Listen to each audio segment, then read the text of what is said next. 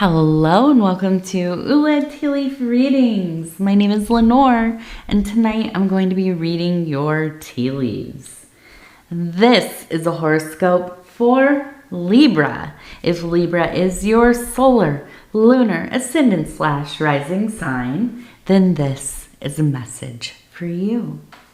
All right, let's get started. And so our card tonight is the Prince of Swords. Okay, and let's go ahead and see what's going on here with these tea leaves.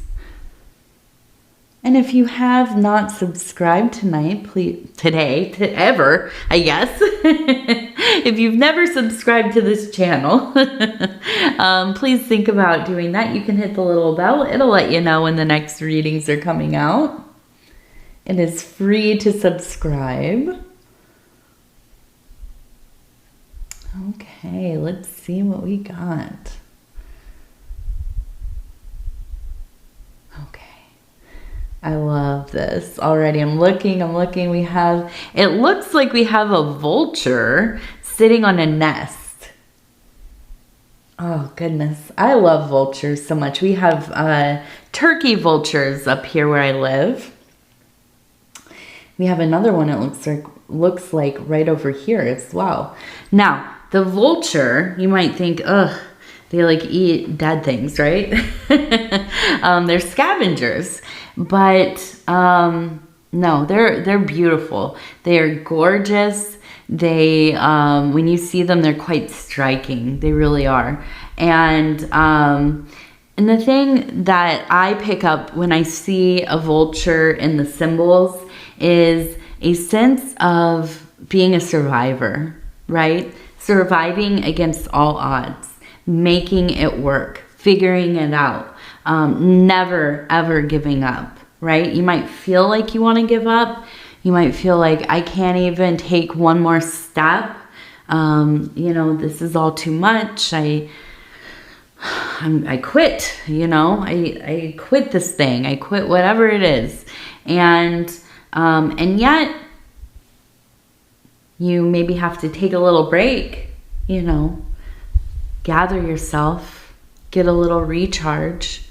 But nothing is going to stop you. Nothing's ever going to stop a Libra, right? The thing about Libras, and, if I don't mean to offend, right, at all, because I love Libra people very much. I'm a Virgo, and I'm right next to you. I feel like, yeah, we're kin, definitely. But I feel like it's just such an underrated sign. I feel like a lot of Libra people kind of get this stereotype of being kind of pushovers, or I don't know, just kind of,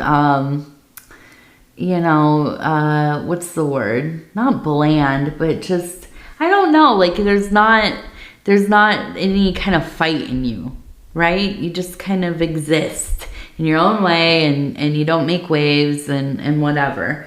And maybe from like a really general, superficial look from the outside, that it might look that way, right? But it's not true. Not at all. You all are people that get through some adversity in life. Right? When you've had troubles, when things haven't been easy, you find a way, you survive, you learn, you grow. I mean, you just absolutely evolve as a being. But here's the thing too, is that you help other people do the same thing. You are somebody who, you might not advertise what you've been through. You might not always kind of, it's not like the first information you're going to tell somebody, but you fully will support others. You will. And I think that you will let people know, hey, I've been through this, and, it's kind of my life's work to help other people. you know, in a way that is real and profound, not in a way that's like enabling and coddling and, you know, or virtue signaling or anything like that, in a way that is realistic, that is down to earth, that is, well, balanced, right? You help people find balance in their life through realistic means, right? What do I mean by this? Like helping people with skills, helping people learn to take care of themselves. You know, I think about when I was, you know, like 20 years old, right? I went out into the world on my own. I was a little earlier or younger than that, but around 20, I realized I didn't even know how to clean.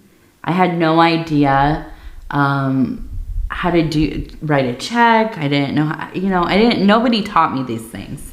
And that's nobody's fault, right? But I wasn't taught how to do these kinds of things, and it didn't come naturally to me, not at all. But I had a Libra. I had a wonderful Libra in my life, a roommate, and it always sticks out to me. And it, you know, my whole concept of a Libra is not just this one person, but yeah, this is kind of the beginning of me understanding the Libra, and teaching me how to do these things, not in a way that was cruel, but not like overly treating me like a child either, right? Treating me with love and respect and helping me figure out, how do I do these practical things when I've kind of lost my way, which I had. I was in addiction at that point. So I feel like you are definitely somebody, you've seen some things, you've been through some things, you've done some things, but you're on the other side of that stuff now. And now you are a role model. Now you are a mentor. Now you are a mediator. And likely you work or you volunteer in some capacity to help others. Okay? And if not now, I think at some point you will. Because it just, you speak in a way, you communicate in a way that people can hear, that they can understand. And it doesn't just go in one ear and out the other. It's in a way that speaks to the heart, speaks to the soul. They will remember you forever. You will be a highlight of their story. And you might think, okay, that's ridiculous. Like, I'm just somebody who, you know, whatever, does whatever. One of my favorite sponsors is a Libra too, by the way. So I'm thinking like, this is like maybe a sponsor or something. And if you don't know what that is, it's in AANA 12-step, right? This is a person that helps people who are working their steps.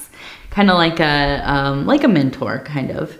And so anyways, yes, I see that vulture, and I don't think anything but, yeah, you are something to be reckoned with, okay? You are somebody who cannot be kept down. And not only that, on the nest. So the nest is a whole other part. The nest is a symbol of thriving, right? Being able to keep a foundation together enough to build up this temple where life is formed, where life, it's a portal, right? Life comes to be. It's growing in it, and then it manifests. And so, you know, not only do you have that survivor, that healer archetype energy, you're also very much like a magician, a mother, a father. This is a beautiful combination. So let's go ahead and look and see what else do we have here.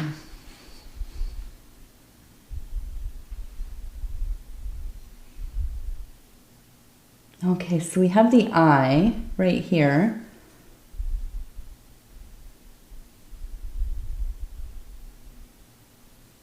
We have this person.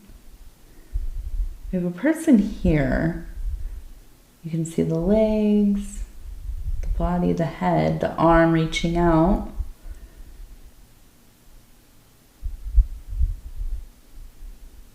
And it looks like it's holding a name. It almost looks like either, it kind of looks like G-O, like go.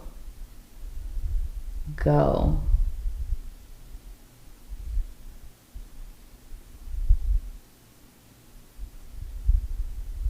And then we have, it looks like a Sagittarius person here. You can see the top of the body and then the horse. We also have a spider, and we have two people standing together embracing. So we have the giant, we have an eye, we have a giant, we have a spider, a Sagittarius person, and the lovers.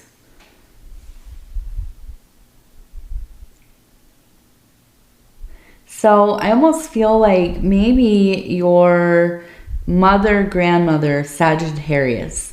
The spider is the weaver of dreams, okay? You can see the Sagittarius looks like it's kind of weaving with the web, or the, what is it called? Is it the web coming out of the spider? I think that's, what is it called? What is this stuff called? Maybe webbing? I don't know. It might have its own name when it's not arranged in some pattern. But so we have that, and it looks like that Sagittarius person is weaving with it, or beginning to. So I feel like, yeah, this is like a, now the spider to me almost always is the grandmother goddess, the mother goddess. Although I also think of Nancy, right? The spider trickster god Nancy. But in this case, yeah, I'm thinking of it as, oh, and there goes that sound. Every time it's midnight, there's a sound in the house. It's like some kind of cleaning thing. I don't know what it is. But if you can hear it, I apologize. I don't know what to do with it. I don't know. It's just going to keep doing it. So, please try to ignore it. But anyways, so I think this is more of that grandmother energy, okay, or mother. Now, with the eye, I feel like it's almost kind of a sense of awakening to the, maybe your mother as her humanity, right? I think that in the work that you have been doing, there's almost this sense of understanding maybe some of the faults of your mother. Maybe she was not a perfect person. I'm saying was. She might still be alive, obviously. But I think when I say was, I'm thinking of when she was raising you as a child. And maybe she had her faults. Maybe she did things that were very hurtful, damaging, things that you can't fully grasp or understand even now. But you look at the mother, you look at your mother, and you think, okay, I'm beginning to see this beautiful being, this flawed being, this being that had her own mother and her own maybe complicated and hard relationship, things happening in her life that maybe she never even told you about, hurts, traumas, whatever. And listen, if you had a mother that was abusive or, whatever it was, it doesn't, because somebody has hardships and trauma doesn't, I would never try to reason cruel behavior or abuse or anything like that. So that's not what I'm trying to say.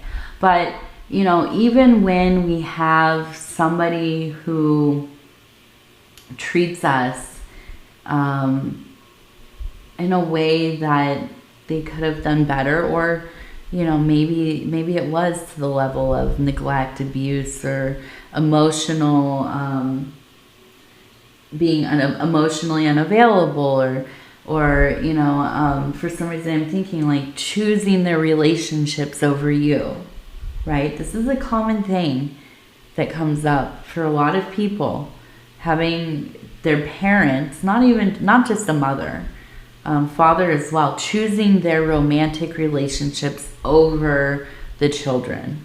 Okay. And you know, that's a very painful thing. But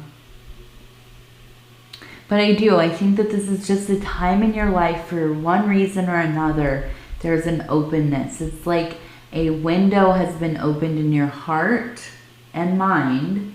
And I feel like it's like, I want to put this down. I don't want to be angry about things that happened all these years ago. I don't want to continue to have to exist in this understanding of, you know, the failings of my mother, and to allow her to be a human. Something that is not just like, okay, she's this like monolithic archetype in your life, right? And I think that's where we kind of begin forgiving. It's not that we condone. It's not that we accept, but we begin to let it go. And maybe forgiving is the wrong word. Maybe it's just that we take it for what it is. Okay, I'm looking at this, and I know how it makes me feel. I know how it made me feel. But I also understand this as a human being who, you know, for one reason or another, created the circumstances, or were in the circumstances that these things happened. And I have to let it go. Because it's like a chain around my neck, right? For many years.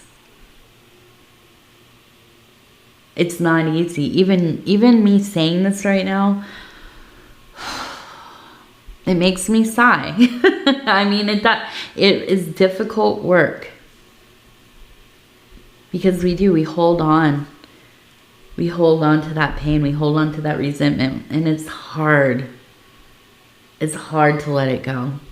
Even mothers that have done pretty decent jobs, there are still things. We all have things.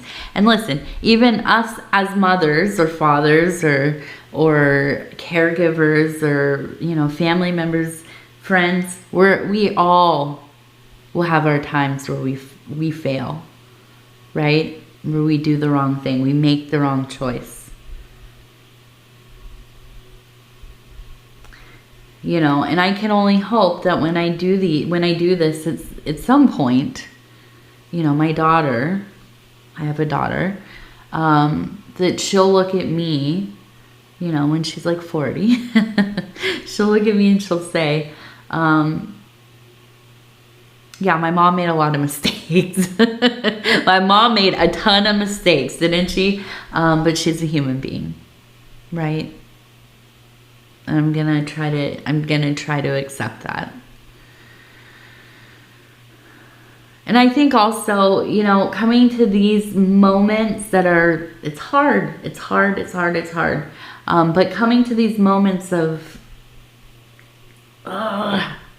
you know, loosening that fist that when we think about those things that just really hurt us, the words, the names, the ignoring or you know, manipulation or whatever it was, withholding, right? That's the one for me, withholding, love. That's what it felt like.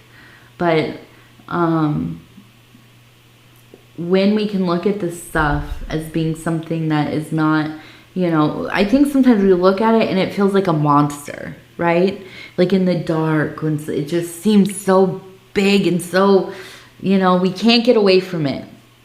It's all consuming. But when we start to humanize it, when we shine the light on it and we think, yeah, that's still bad, but I can see it more clearly now. That's when we start to see like, okay, well, I am going to do my darndest to never behave that way. I'm going to do my darndest to, listen to my kids and to, respect them and honor them and be present with them and whatever, whatever it is. And that's part of the healing, right? Working towards breaking those cycles. And maybe it is that you've already had children, they've grown up and you've made mistakes and they're angry or resentful, or your relationship is strained. But as we look at our mother's behaviors, our grandmother's behaviors, our own behaviors, we come to a place where maybe we can begin to own it and make amends and apologize, and not in a way that, is it can be manipulating, right? Trying to get back into the good graces of somebody, hoping for something to come of it. But maybe, getting to a point where you can just admit, yeah, I made mistakes and that was wrong of me. I don't expect anything of you. But I want you to know that I know that I did, I did whatever it was. It wasn't the right thing. And then that is healing not only for ourselves, but, the people that we have affected. That's also not easy work. And I also, my soul sighs for, even, I know it's hard. It's hard. I really believe it's so important to apologize as quickly as we can, as soon as we realize. Not just empty words, but yeah, I recognize what I just did. I recognize what I did all those years ago. I need to hold myself accountable. I need to say it out loud. I need you to know that I see what happened here. And I'm not going to blame you. I'm not going to come to you and say I did this because of something whatever. No. I know, and I feel like this reading, it probably comes off as pretty preachy, but I say this from a place of, I'm right there with you. Okay? I'm just as flawed as anybody else, and I'm not trying to be on my high horse speaking down. No, I'm in the mud. I make mistakes all the time. And I come from a family of strong women. Amazing women, survivors.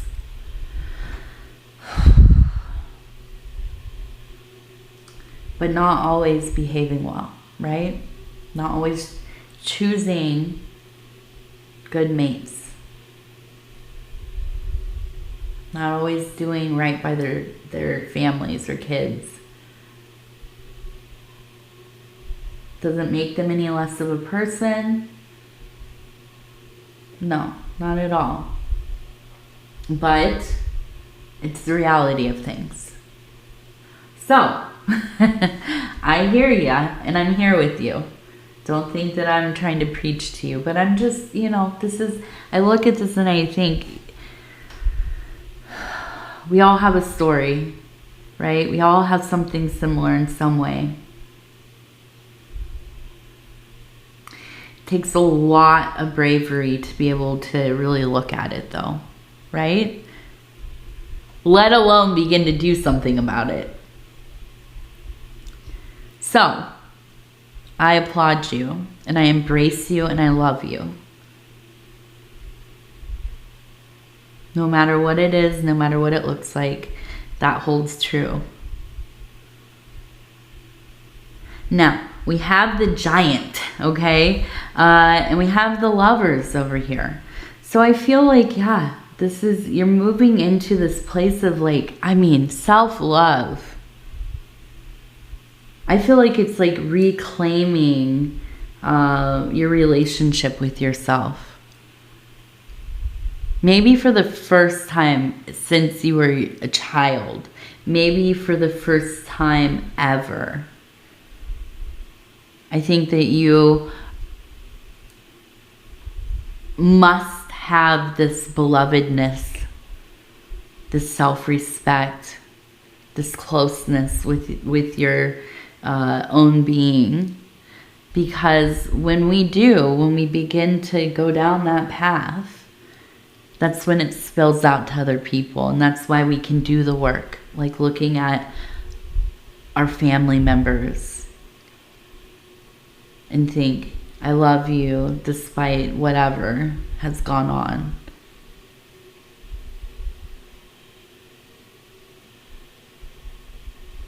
It's a certain kind of love, and there's so many kinds of love, but this is a certain kind of love. It's not necessarily unconditional, but it is a love that is like light, like being bathed in light, like absolving.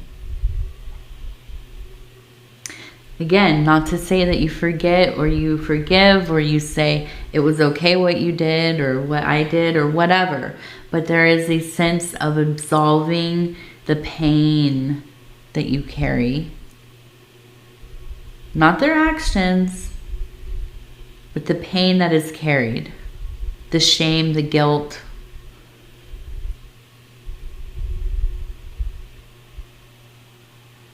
This is a self-evolution. This is a growth. That's where that Giant comes in.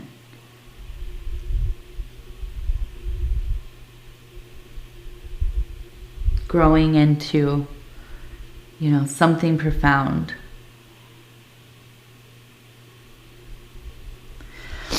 Now, and I'm sorry for the sniffles. I have the sniffles. We're going to kind of cruise through here because the northern lights are just absolutely going off outside. I'm trying to get out there with my husband. Shout out to Dove and Serpent Tarot, my lovely husband, Paul over there. If you haven't watched his readings, go check him out. He's amazing. He's waiting for me so we can go back outside and look at them. Hopefully you get a view as well. Okay, so we have the Lamb right here. We also have, and I'm trying to see, what are you exactly? I almost feel like it's like a person with a giant arrow, and then we have kind of the crescent moon on it. Like some kind of war machine. We also have the mermaid.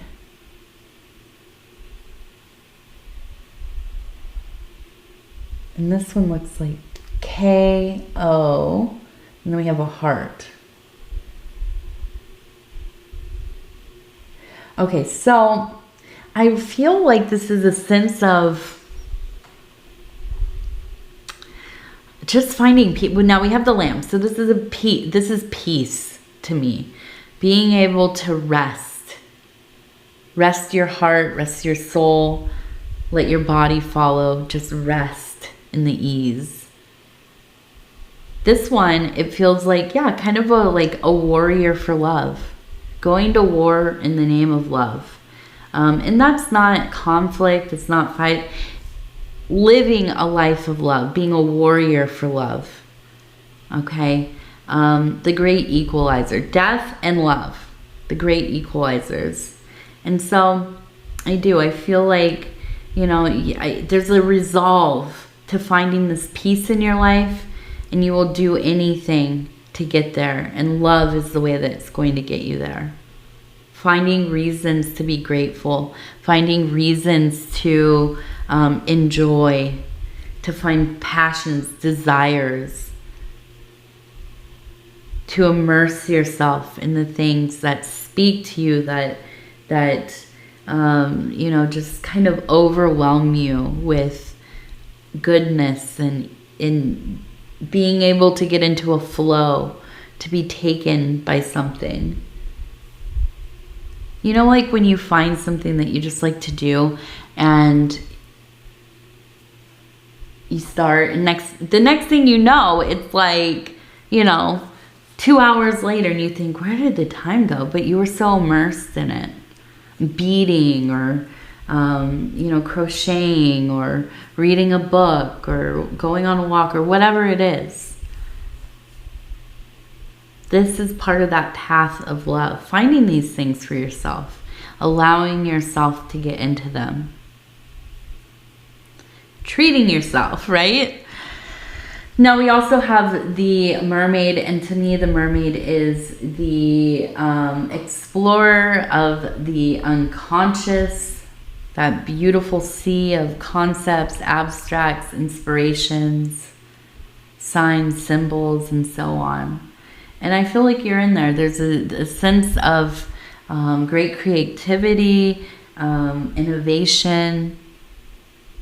I feel like your mind is sharp. Now we also have the Prince of Swords. So I know it's sharp. There's an eagerness to be there, to be creating something, coming up with plans and ideas, and you know, really going through the details and executing these things. Now let's take a look over here. We have quite a few things on this one tonight. So it looks like we have a horse up there at the top. I'm gonna let some of that go because I'm gonna spill it. We have a horse.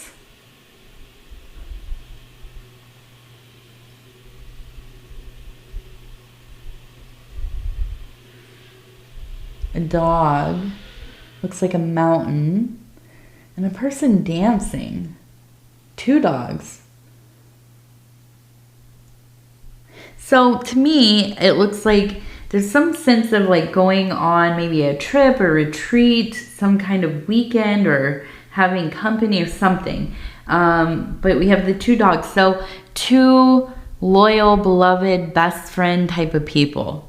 Some kind of maybe reunion, or you know, your life is so busy, and finally you're getting this moment where you can be with the people you love, and you know, you can be yourself with them. There's no, you know, there's no need to put on, or you know, kind of wear one of the many masks or hats or whatever that you have to do in life, as we all do, each one of us. And just being yourself, you know, whatever that is. Laughing and enjoying and dancing and being stupid and emotional and all of these things. And it feels like something that is most necessary. Now we have the mountain. So I'm thinking this feels like, it feels like a time when there's just this necessity to remember yourself, right? A necessity to experience yourself as somebody that is so beloved to other people. Now, I don't necessarily mean within a relationship, like your spouse or your significant other, your partner, although this could be your best friend, right? Hopefully they are. Hopefully, you know, you've married or you are spending your life with somebody who is your best friend. But I feel like this is different. these are good friends. And I feel like long-term friends, people who've seen you through different phases of your life and who you can just kind of laugh at things with, laugh at yourself with them, but also see yourself in a way that is, I mean, it feels so fulfilling to know that there are people who stick by your side. They're always going to root for you, right? And the older we get, the less we have. You know, we have maybe one of these people if we're lucky. If you have two of them, my goodness, you've like won the lottery of life. So I feel like this is a situation where, you know, you're having this much needed mirror put on you, right?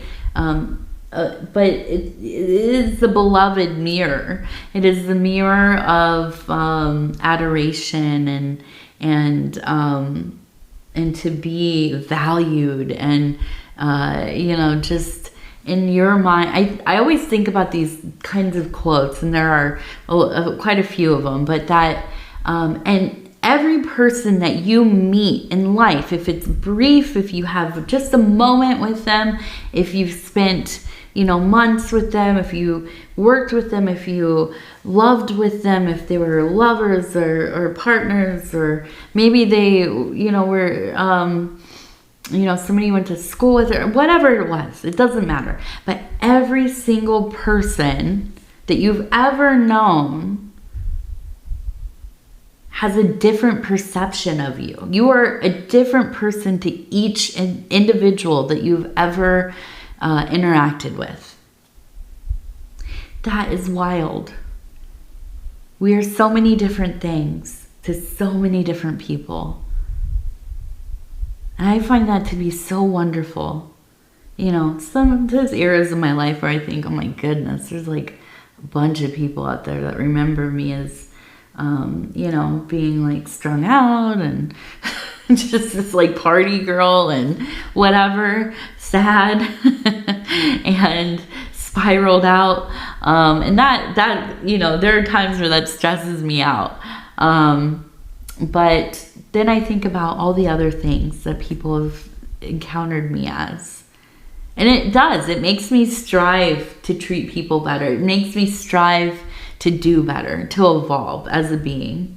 That maybe is a little bit vain, I don't know, but it's true, I do. And so I think when we link up with the people who just have these, you know, very dynamic understandings of us, experiences of us, and they love us more than, you know, anything, that's powerful. Okay? We all need a little bit of that. Okay, Libra, let's do this wild offering oracle deck. These are beautiful, and it says it's a deck on giving it all to God. Okay, let's go ahead. I'm just gonna kind of flip through and stop where it feels right. Okay. Flip it over. It says feelings. All right. Emotions want to be felt. You really can't surrender something until you deeply feel it. Allow me, dear divine, to offer all emotions to you, feeling them fully so they no longer hold me captive. Okay, well, this is exactly what this reading is about. Perfect card for it. The universe is such a beautiful and tricky and profound thing, isn't it? I love when those connect so deeply to what we were just talking about. All right, Libra, I'm going to go ahead and tell you I love you because I do, and I thank you so much for spending this time with me. It is always such an honor to be able to bring these messages to you. And if you would be so kind as to like the video, it really does help the channel so much. And if you have not subscribed yet, please think about doing that. You can hit the little bell. It'll let you know when the next readings are coming out. It is free to subscribe. And if you would like to leave a comment, please do. I read them all. They mean the world to me. All right. I'm going to go look at those lights now. I love you. Take care of yourself. We'll talk in a couple days, few days, probably a few days. All right. Good night.